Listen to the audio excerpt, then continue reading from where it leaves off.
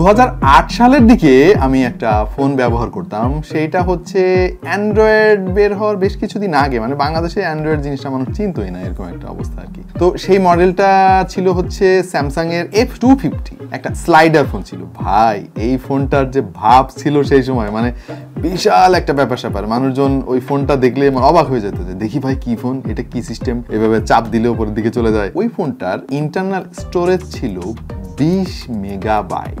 ফোনটার দাম ছিল হচ্ছে 18,500 বা সামথিং, এর কাছাকাছি হবে। ওতে মেমোরি কার্ড অ্যাড করা যেত। মেমোরি কার্ডের সর্বোচ্চ ক্যাপাসিটি ছিল হচ্ছে 4 জিবি।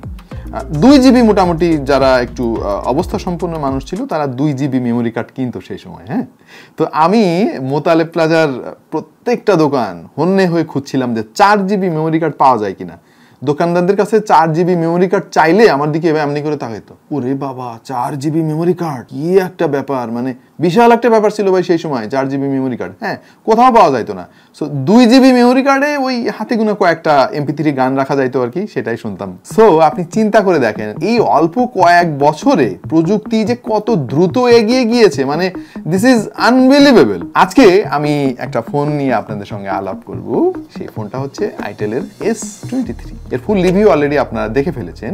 সেইটার দাম ছিল হচ্ছে 12,500 টাকা, 8 জিবি 128 জিবি। ওই ফোনটারই আর একটা ভেরিয়েন্ট তারা মার্কেটে নিয়ে আসছে, যেটা হচ্ছে 8 জিবি র্যামের সাথে 256 জিবি মেমোরি। ভাই আমি হিসাব করছি, হ্যাঁ এটার স্ক্রিপ্ট লেখার সময় আমি বসে বসে একটু হিসাব করতেছিলাম যে ওই 20 মেগাবাইটের চাইতে কত গুণ বেশি মেমোরি এতে। তো যেটা দেখলাম সেটা হচ্ছে 13,000 গুণ বেশি মেমোরি এতে আর কি, সেই সময়ের 18,000 টাকা ফোনের চাইতে। হ্যাঁ, এখন এই ফোনটার আর একটা বিশেষ ব্যাপার আছে, সেটা হচ্ছে মার্কেটে সম্ভবত এই দামে মানে সবচেয়ে বেশি র্যাম আর রম দিচ্ছে হচ্ছে আইটেল। প্রিয় দর্শক, আজকে আমরা কথা বলবো আইটেলের S23 8256 ভেরিয়েন্টের ফোনটা নিয়ে। এবং অনেকেই আপনারা অভিযোগ করছিলেন যে ভাই এই ফোনটা তো মার্কেটে পাওয়া যায় না, 8128 এর কথা বলছি। হ্যাঁ, তখন হুট করে এত বেশি চাহিদা হলো এই ফোনের, মানে পাওয়া যাচ্ছিল না কোনো শোরুমে। সো তাদের জন্য সুখবর, এই ফোনটা কিন্তু মার্কেটে চলে এসেছে এবং আপনি চাইলে যে কোনো শোরুম থেকে এখন কিনতে পারবেন। আমার নাম ওয়াহিদ আর আপনারা দেখছেন আপনাদের ভালোবাসার চ্যানেল টেক দ্য পয়েন্ট।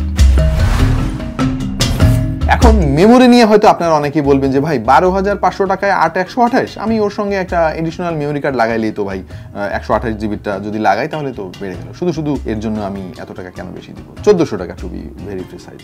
তাদের জন্য আমার বক্তব্য হচ্ছে যে মেমোরি কার্ড লাগানো এবং ফোনের অ্যাকচুয়াল স্টোরেজ দুইটা কিন্তু সম্পূর্ণ ডিফারেন্ট জিনিস। হ্যাঁ, ফোন স্লো হওয়ার পেছনে যতগুলো কারণ আছে এর মধ্যে অন্যতম একটা কারণ হচ্ছে মেমোরি কার্ড ব্যবহার করা, অথবা আর একটু প্রিসাইজলি যদি বলি সেটা হচ্ছে ফোনে খারাপ মেমোরি কার্ড লাগানো। হ্যাঁ, এখন আপনি বাজারে যে মেমোরি কার্ডগুলো পাবেন এগুলো ম্যাক্সিমামই কিন্তু স্লো এবং ডেটা ট্রান্সফার করতে ওদের স্ট্রাগল করতে হয়। সুতরাং ওই মেমোরি কার্ড আপনি যদি আপনার ফোনে ব্যবহার করেন তাহলে ফোন স্লো হয়ে যাওয়ার যথেষ্ট সম্ভাবনা রয়েছে। সুতরাং আপনাদের মধ্যে যাদের অনেক বেশি স্টোরেজ দরকার হয়, ধরেন অনেক বেশি ডেটা রাখেন ফোনে, অনেক ছবি তোলেন যেগুলো আবার কিছুদিন পরে পরে আবার অন্য ডিভাইসে ট্রান্সফার করে রাখতে হয়, পিসিতে বা ট্যাবে, তাদের জন্য মনে হয় এটা দারুণ একটা অপশন হতে পারে। কারণ এত কম দামে বাংলাদেশে এত বেশি স্টোরেজ কিন্তু অন্য কোনো ব্র্যান্ড বা মডেলে এই মুহূর্তে দিচ্ছে না। যারা আমাদের ফুল রিভিউটা মিস করেছেন তারা চাইলে আমাদের চ্যানেল ভিজিট করে দেখে আসতে পারেন, আমি ডেসক্রিপশনে লিঙ্ক দেওয়ার চেষ্টা করব। তবে তার আগে একটু সামারি দিতে চাই এই ফোনের। হিউজ রম এবং র্যামের পাশাপাশি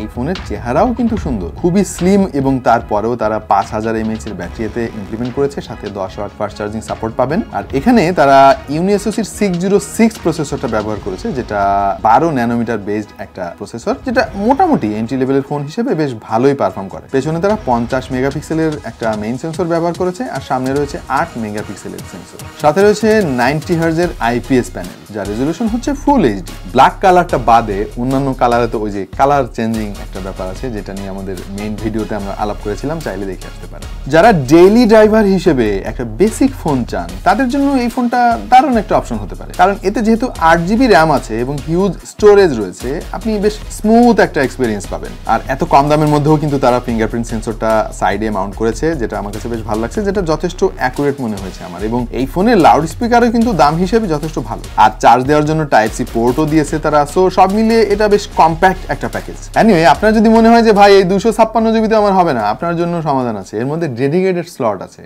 যার মাধ্যমে আপনি মেমোরি আরও বাড়াইতে পারবেন।